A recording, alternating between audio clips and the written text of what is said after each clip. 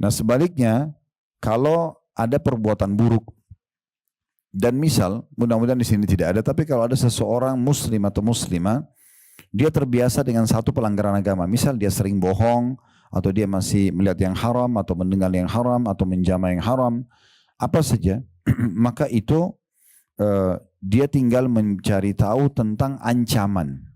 Ya, ancaman daripada dosa yang sedang dia lakukan. Sama tadi caranya, searching saja di Google tentang masalah bahaya dusta misalnya, atau bahaya menipu, bahaya gosip, bahaya fitnah, bahaya mencaci maki, misal bahaya mencuri, bahaya berzina, bahaya riba, bahaya durhaka sama orang tua, atau ancamannya. Kalau mau visual atau audio bisa ke media-media tadi sudah kami sebutkan yang sudah tidak asing buat kita di masa ini. TikTok, Facebook, Instagram, YouTube, misalnya kita cari, maka kita akan temukan banyak sekali. Nah nanti dari amal yang kita ingin kerjakan tadi, kalau kita tahu apa yang kita dapatkan, kita bisa konsisten menjaganya dan selalu mengejar keutamaannya, dan dari dosa kita akan tinggalkan karena ada ancamannya. Nah sekarang Syekh Jibrin akan masuk kepada poin yang kedua, tentang hal-hal yang dilarang berikut ancamannya. Ya, sehingga kita tidak terjerumus dalam kesalahan tersebut, ataupun kalau kita terjerumus segera kita bertobat dan meninggalkannya. Karena semua perbuatan dosa ini, ibu sekalian, ada konsekuensi hukuman. Ya, tidak ada larangan yang tidak ada konsekuensi hukuman. Tentu kadar berat ringannya tergantung daripada perbuatan kita, gitu kan? Ada orang mungkin yang berbuat ya ringan dari dosa-dosa ringan, tapi tetap aja konsekuensi hukumnya ada. Ya. Makin berat dia melakukan pelanggaran, maka makin berat hukuman yang bisa datang. Nah seperti itulah kurang lebih gambarannya. Ya. Baik, di dalam mukaddimah, itu tadi mukaddimah, beliau menyinggung masalah itu. Ya. Dan tujuannya agar bagaimana mensucikan jiwa-jiwa kita dari pelanggaran-pelanggaran agama ini, sehingga kita selalu berada di atas level keimanan yang baik, sibuk dengan amal soleh sampai yang merupakan tujuan kita diciptakan sampai ajal datang, dan akhirnya kita bahagia di dunia, bahagia di akhirat. Jadi ibaratnya ibu-ibu perlu, ini contoh rasional supaya bisa mudah difahami, ibaratnya kita seperti kalau kerja di satu perusahaan, kita menjadi seorang staf yang berprestasi, selalu ikutin peraturan perusahaan, mengerjakan pekerjaan dengan baik dan maksimal, maka kita akan terima gaji dan bonusnya, kan gitu. Nah seperti itu orang yang soleh dan soleha, dia patuh sama Allah, dia akan dapat segala macam fasilitas. Ya. Begitu juga orang yang kalau jadi staf tapi dipelanggar, dia suka melanggar, ugal-ugalan, malas kerjain pekerjaan, telat, atau misalnya dia tidak tepat janji. Kemudian lebih parah lagi kalau dia melakukan kriminal seperti misalnya manipulasi data, mencuri dan segala macam, maka itu akan tergantung kadar pelanggaran dia, maka akan ada hukuman minimal SP1, SP2 misalnya surat peringatan ya. Kalau sudah SP3 peringatan terakhir, maka terakhirnya di PHK. Nah seperti itulah. Ya, dia juga akan merusak nama baiknya, dia akan sulit diterima di perusahaan lain, akan kehilangan sumber pendapatan income dia dan seterusnya. Nah itu kurang lebih gambarannya seperti itu. Nah di daftar isi kita ada disebutkan di situ tentang masalah daftar isi dan mukaddimah sudah kita bahas tadi. Kemudian ada kesalahan dalam berdoa. Ini bab pertama yang dibahas dalam buku ini. Dan dalam kesalahan dalam berdoa ini, itu ada banyak poin-poinnya. Ya, ada banyak poin-poinnya. Seingat saya mungkin kalau di buku ini, saya sempat lihat sepintas ada kurang lebih 9 poin. Ya, di bab pertamanya, kesalahan dalam doa. Di situ ada pergi ke dukun dan tukang peramal, kemudian berziarah kubur dan sengaja melakukan perjalanan jauh hanya untuk ziarah kubur, ada memulai ucapan salam kepada para wanita kafirah, kemudian ada jahil dan tidak tahu tentang urusan agama, ada meratapi dan berteriak ya, dan meraung-raung pada saat meninggalnya seseorang, serta memukul-mukul wajah, bahasa agama kita niyaha. Itu yang kelima. Yang keenam ada pergi ke negeri-negeri kafir tanpa ada kepentingan dengan alasan ya, yang tidak jelas secara syar'i. Kemudian yang ketujuh meminta dengan cara paksa agar suami ya menyiapkan segala macam fasilitas di saat suami tidak mampu. Di saat suami itu ada bahasan. Yang kedelapan mengejek dan menghina orang muslim atau muslimah. Yang kesembilan sebagian kaum wanita mendoakan diri mereka ditimpa keburukan ketika ada musibah. Nah 9 poin ini itu dibahas di satu bab. Jadi di daftar isi itu kesalahan dalam berdoa terisi 9 bahasan. Jadi itu akan membutuhkan 9 pertemuan. Karena per satu poinnya kita akan bahas satu pertemuan. Ya. Begitu juga nanti di bab kedua, kesalahan yang berhubungan dengan rukun-rukun Islam. Ini juga ada poin-poinnya. Kemudian kesalahan berkenaan dengan pakaian dan berhias. Ini juga ada poin-poinnya. Kesalahan berkenaan dengan rumah tangga dan hubungan suami istri. Ada poin-poinnya. Kesalahan seputar pernikahan. Ini juga akan ada poin-poin bahasannya. Kemudian bab selanjutnya kesalahan seputar etika keluar rumah, bepergian jauh atau safar dan campur baur dengan laki-laki. Dan yang terakhir kesalahan-kesalahan umum. Kalau kita lihat di situ sampai kurang lebih halaman 50. Dari halaman 1 sampai halaman 50 bahasan kita. Berarti buku ini jangan dilihat tipisnya, tetapi bahasan sangat padat. Dan saya sudah bilang tadi metode kita, insya Allah ke depannya kalau pengajian berlanjut terus, semoga Allah sehatkan dan mudahkan kita, dipanjangkan umurnya di atas ketaatan insya Allah. Maka kita akan membedah satu persatu, perlahan-lahan, karena tujuannya pemahaman dan bukan penyelesaian buku. Seperti itu kurang lebih. Baik, kita insya Allah akan mulai dengan bab pertama, masalah kesalahan dalam berdoa. Di sini dirincikan oleh Syekh Jibrin, hafizahullah, 9 poin tadi yang sudah sempat kita singgung. Yang pertama sekali, pergi ke tukang sihir, dukun, dan tukang ramal. Pertanyaan sederhana dulu kita mulai, apa hubungannya antara bab, korelasinya apa antara kesalahan dalam doa dengan pergi ke dukun? Korelasinya ibu-ibu sekalian, karena dalam Islam kita kembali dulu ke tujuan asal dan awal serta pondasi kita diciptakan. Allah sebutkan dalam surah Az-Zariyat, surah nomor 51 ayat 56 ya. Di situ disebutkan surah Az-Zariyat surah nomor 51 ayat 56, potongan ayatnya, tujuan kita ada di sini. Dan pegangi baik-baik ayat ini, wa ma khalaqtul jinna wal insa illa liya'budun. Aku, kata Allah, tidak menciptakan, mengadakan manusia dan jin serta kita ada di muka bumi ini kecuali untuk menyembahku, mengabdi kepadaku, tunduk kepadaku. Itu tujuannya. Ini dulu kita sepakati. Berarti kalau ada yang tanya, apakah saya ada di muka bumi ini untuk sholat? Jawabannya iya. Untuk puasa, iya. Untuk haji dan umroh, iya. Bakti sama orang tua, iya. Majelis ilmu, ya. Itu tujuan-tujuan utamanya. Makan, minum, tidur, kumpul sama teman-teman, ini pernak-perniknya. Boleh asal halal, gitu kan? Dan pelengkap saja. Jangan sampai kita sibuk dengan pernak-perniknya dan kita lupa tujuan utama.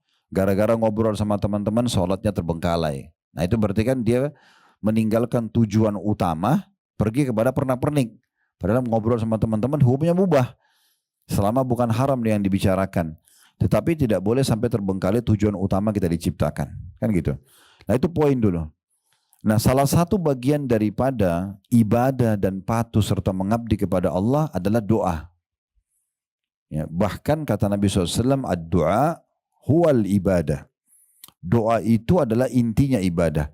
Kapan seseorang itu sudah terdorong dan termotivasi selalu mau berdoa kepada Tuhannya, berarti dia sudah punya pondasi dasar dalam ibadah.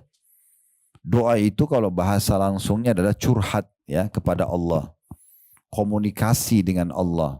Manja kepada Allah. Nah itu yang dimaksud dengan doa. Dan seorang penyair Arab mengatakan dalam susunan syairnya yang menarik, tapi saya terjemahkan ke bahasa Indonesia, janganlah kamu minta kepada manusia yang kalau kau minta kepadanya dia akan marah. Tapi mintalah kepada zat, maksudnya Allah, yang kalau kamu tidak minta dia justru marah. Kalau kita minta sama manusia, sekali kita minta dikasih, 2 kali dikasih, 10 kali dikasih, tapi setelah itu mungkin dia marah. Kenapa orang ini minta terus, kan gitu. Tapi kalau Allah sebaliknya, kalau ibu tidak minta sama Allah, Allah justru marah. Makin sering kita minta, makin tamak tanda kutip kepada rahmat Allah, makin besar pahalanya. Makanya dalam sebuah hadis riwayat Tirmidzi, kata Nabi SAW, man lam yad'ullaha yaghdab alaih. Siapa yang tidak minta sama Allah, tidak berdoa, justru Allah marah padanya. Justru Allah marah.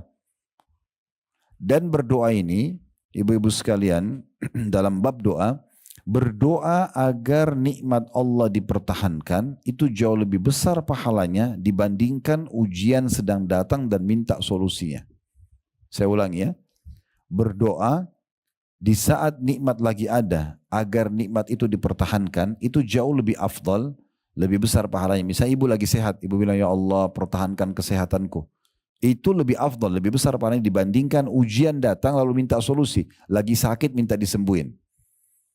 Jadi kalau kita kasih contoh, mana lebih afdal orang berdoa? Minta agar kesehatan dipertahankan atau pada saat sakit minta sembuh? Maka yang pertama, minta kesehatan dipertahankan. Ibu lagi Allah bukain rezeki, minta agar diberikan keberkahan di rezeki itu. Allah berkahi, Allah tambah, Allah luaskan supaya tidak bangkrut, supaya tidak hilang. Itu lebih afdal dibandingkan nanti kalau sudah terlilit utang baru minta solusinya. Walaupun dua-duanya boleh. Apa maknanya penyampaian saya ini? Berarti tidak ada alasan untuk tidak berdoa. Karena banyak orang, ibu-ibu sekalian, mereka mau berdoa sama Allah sampai nangis-nangis, sampai ngerengek-ngerengek sama Allah di saat nanti ada musibah. Dia sakit nih. Yang pertama targetnya adalah dokter. Dokter pertama, dokter kedua. Nanti kalau dokter 30 dokter mentok nggak bisa sembuh baru sholat tahajud. Nah, gitu. Harusnya tahajud dulu, baru kemudian ke dokter. Gitu. Minta dulu sama Allah. Kenapa kita ibu-ibu sekalian disuruh berdoa dulu sebelum aktivitas? Coba perhatikan ya. Berdoa sebelum makan, berdoa sebelum tidur, ya, berdoa sebelum masuk kamar mandi, berdoa sebelum keluar rumah, supaya kita minta dulu sama Allah, baru kemudian ya kita beraktivitas sehingga Allah Subhanahu wa taala terlibat dalam aktivitas kita itu. Bahkan ulama mengatakan ada sebuah hadis Nabi SAW yang mulia, mohonlah atau berdoalah kalian kepada Tuhan kalian, kata Nabi SAW ya, segala sesuatunya sampai tali sendal kalian yang putus. Manja sama Allah. Umar bin Khattab radhiyallahu anhu pernah jalan, sendalnya putus talinya. Beliau angkat tangan ke langit disaksikan oleh orang. Alhamdulillah wassalatu wassalamu ala rasulullah, sambil angkat tangan, ya Allah sendalku putus gantikanlah. Jadi saking mereka fahamnya makna doa itu. Mereka betul-betul menjadikan doa sebagai pondasi komunikasi mereka dengan Allah Subhanahu wa taala. Kalau kita sedang nikmat, yang ciptakan kita Allah, yang ciptakan nikmat itu Allah, yang bisa pertahankan hanya Allah. Kalau kita sedang ada ujian, yang ciptakan kita Allah, yang ciptakan ujian itu Allah, yang bisa memberikan solusi hanya Allah. Ibu harus belajar untuk membedakan mana konsultasi, mana curhat. Konsultasi boleh sama manusia dan hanya pada ahlinya. Ada permasalahan sama suami misalnya. Suami ucapin kalimat talak dalam kondisi emosi. Mau tanya hukumnya, datang ke seorang ustadz atau ustadzah, suami saya. Ini konsultasi ya. Maaf saya mau tanya, suami saya ucapin tolak dalam kondisi emosi, jatuh nggak? Itu namanya konsultasi. Curhat itu, ustadz maaf ya, saya mau cerita dulu. Dicerita panjang lebar. Minggu lalu saya tidak ada apa-apa dan 1 minggu ditarik cerita panjang lebar sampai terakhir cuma mau nanya apa jatuh tolak atau tidak suaminya. Ini curhat namanya. Nggak tepat curhat sama manusia. Curhat itu hanya kepada Allah. Itulah inti doa. Ya. Ibu ada masalah, wudu, sholat taubat 2 rakaat di sejadah ibu langsung berdoa sama Allah. Sampaikan semua apapun sama Allah. Tuangkan semua sama Allah SWT. Itu namanya curhat. Itu hanya boleh kepada Allah. Jadi jangan sama manusia. Kalau kita curhat sama manusia, anggap di depan kita ini orang yang mencintai kita. Misalnya orang tua kita. Kita ada orang tua yang tidak cinta sama anaknya. Sebenarnya kalau kita sedang curhat pada orang tua kita sedang membebani mereka. Mereka jadi kepikiran, gitu kan? Permasalahan rumah tangga kita, permasalahan kerjaan, kita bebani mereka. Dan itu berbahaya kalau sampai mereka kepikiran, kalau sampai mereka sakit karena itu, kita bisa masuk dalam bab durhaka, khawatirnya, gitu kan? Sementara kita disuruh bahagiakan orang tua, bukan suruh bebankan mereka, kan begitu? Kalau yang kita komunikasi atau curhat depan mata kita ini, seseorang yang kita tidak tahu dia, atau musuh kita, maka dia punya poin celah yang bisa menyerang kita nanti. Lalu untuk apa curhat sama manusia? Makanya Sufyan ats-Tsauri rahimahullah, seorang ulama tabi'in, beliau kalau punya masalah apa saja, maka beliau langsung wudu, sujud, kebetulan beliau kena tinggal di Mekah, sujud depan Ka'bah, tidak angkat kepalanya sampai semua sudah dituangkan. Ucapannya, ungkapan hati, semua ada di pikirannya, air mata semua netes untuk Tuhannya, selesai. Maka masalahnya selesai. Masalahnya akan Selesai. Saya berikan gambaran dalam masalah ini. Kita masih di judul dulu ya. Supaya jelas di sini. Karena dari judul ini ada 9 bahasan poin ke depan. Ya. Ada satu orang dulu di kalangan salafus saleh. Tentu kisah seperti ini banyak, ribuan. Ya. Saya adalah salah satunya. Dalam satu kisah disebutkan ada satu orang soleh dulu. Dia pekerjaannya harian. Ya, ini waktu Musa dulu, ini masa klasik dulu, belum ada lampu penerangan kita sekarang, media. Orang itu kalau sudah tiba maghrib, apalagi isya, habis isya itu orang sudah tidur. Gelap, nggak ada pasar, di jalan orang tidak ada gitu ya. Kosong, sunyi. Dia kerja dan pendapatan harian kalau dia ada dapat, dia beli makanan bawa pulang buat istri sama anaknya. Kisahnya satu hari dia pergi ke pasar, dia kerja tapi rupanya tidak, dia tawarkan jasa hari itu mau bekerja tapi tidak ada yang, dia tidak dapat lah pekerjaan. Pulang ke rumah malam-malam, istrinya tanya, ada makanan? Dia bilang tidak ada. Hari ini saya tidak dapat pekerjaan. Lalu bagaimana, saya sama anak-anak belum makan? Dia bilang saya akan istirahat sebentar. Habis itu saya coba keluar. Siapa tahu kita dapat makanan. Saya pun lapar, belum makan dari tadi. Maka dia istirahat sebentar. Di awal malam, mungkin sekarang kita jam 11 malam. Ya. Gelap sekali waktu itu. Tidak ada orang yang seperti kita sekarang begadang karena ada penerangan segala macam. Maka dia keluar, dia tidak tahu harus kemana. Dia pergi ke masjid dekat rumahnya. Dia lewat, dia lihat di masjid, ini tempat yang terbaik. Dia berhenti di situ, dia nyalain obor, waktu itu belum ada lampu, pakai obor. Dia wudhu, kemudian dia sholat taubat, lalu dia berdoa sama Tuhannya, berdua. Dia komunikasi, ya Allah, engkau tahu aku belum makan sama anak dan istriku hari ini, aku tidak tahu harus kemana, berikanlah kami rezeki. Terus dia berdoa. Ada kejadian terjadi pada malam itu. Raja yang berkuasa di wilayah itu, tidur dan mimpi buruk. Dia mimpi kematian, dia mimpi neraka. Bukan dia masuk neraka tapi dia mimpi. Dia takut, tiba-tiba dia bangun, dia takut jangan sampai ajalnya datang kemudian dia ya belum diampuni dosa-dosanya. Dalam kondisi dia takut, dia berkata antara dia sama Tuhannya, ya Allah, berikanlah aku petunjuk. Aku ingin menebus dosa-dosaku kalaupun ada dengan bersedekah dari hartaku ini. Diambil beberapa kantong isinya dinar emas. Ya kalau kita sekarang emas-emas batangan kecil ya, dibawa sama dia 2 kantong, kemudian dia naik kudanya. Lalu dia mengatakan, ya Allah, tolong pandulah kudaku ini menuju ke orang yang paling tepat untuk aku bantu malam ini sebagai bentuk penebusan dosa-dosaku dan aku sedekah di jalanmu. Subhanallah, kudanya berhenti di masjid yang ada orang miskin tadi itu. Di situ kisahnya, dia turun, dia juga tidak tahu kenapa kudanya berhenti di situ. Dia turun, dia bilang, saya tidak tahu kuda ini kenapa berhenti di situ. Kemudian saya turun, saya masuk ke dalam masjid dan saya dengar ada orang sedang berkeluh kesah sama Allah, minta makanan karena belum makan. Ya. Ini terjadi seperti itu, kuasa Allah SWT. Setelah orang itu miskin berdoa, maka si raja ini mengatakan, saya sudah dengarkan tadi doa kamu. Saya pun malam ini ingin sekali bersedekah. Dan saya minta kepada Allah agar dipandu kepada orang yang paling tepat. Saya tidak tahu kenapa kuda saya terarahkan ke masjid ini dan saya temui Anda. Saya anggap Anda ini orang paling layak. Ambillah sedekah saya ini supaya saya dapat pahala dan juga bisa memenuhi kebutuhan Anda. Dan satu hal lagi, saya raja yang berkuasa di sini. Setiap saat ya bisa datang ke istana saya, ya tinggal sebutkan nama saya, maka saya akan izinkan masuk dan boleh sampaikan hajat apa saja. Karena yang pertemukan kita ini Allah. Maka yang kita ambil pelajaran, perjawaban dari orang miskin yang soleh ini. Apa yang dia bilang? Kalau seandainya saya punya hajat lagi, saya tidak akan datang kepada Anda. Tapi saya akan datang kepada Tuhan saya dan Tuhan Anda Allah yang telah mengutus Anda datang kepada saya malam ini. Bisa ditangkap pesannya? Itu inti doa. Manja sama Allah Subhanahu Wa Taala. Berdoa, merengek sama dia. Apa saja. Selama ibu tidak melanggar sunnatullah, sistem yang sudah Allah buat, misalnya siang dan malam kan gitu. Ibu nggak suka malam, ya Allah hilangkan malam, itu nggak mungkin. Kan bentrok sama sistem kan, yang Allah sudah ciptakan. Ibu nggak suka laki-laki, hilangkan laki-laki ya Allah, kan nggak mungkin. Contoh, kan nggak mungkin.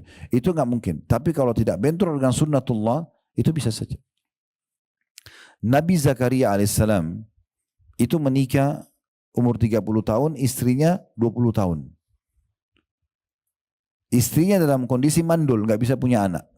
Nabi Zakaria, ini ibu bisa baca dalam surah Maryam, surah nomor 19 di 15 ayat pertamanya.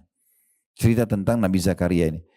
Dia terus berdoa kepada Allah, tidak henti-hentinya, 10 tahun pertama setelah menikah, 10 tahun kedua, terus begitu sampai 70 tahun dia berdoa. Dan di dalam Al-Quran digambarkan dalam surah Maryam itu, dan saya tidak akan putus asa hai Tuhanku untuk berdoa kepadamu.